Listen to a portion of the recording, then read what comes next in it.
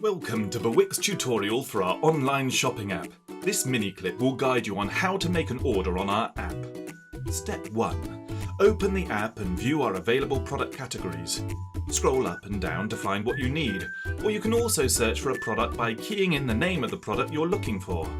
To add the product to your cart, tap the plus sign next to the item and it'll automatically be added. When you have finished adding what you need, click Next to review your cart.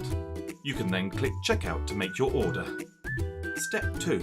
Select your delivery address and choose when you would like your order to be delivered. You can either choose to have your order delivered as soon as possible or to schedule a time that suits you best. Step 3. Tap Continue to complete your payment. You can choose to pay with cash on delivery or by credit or debit card or through our B-Wallet. Select your payment of choice and tap Continue.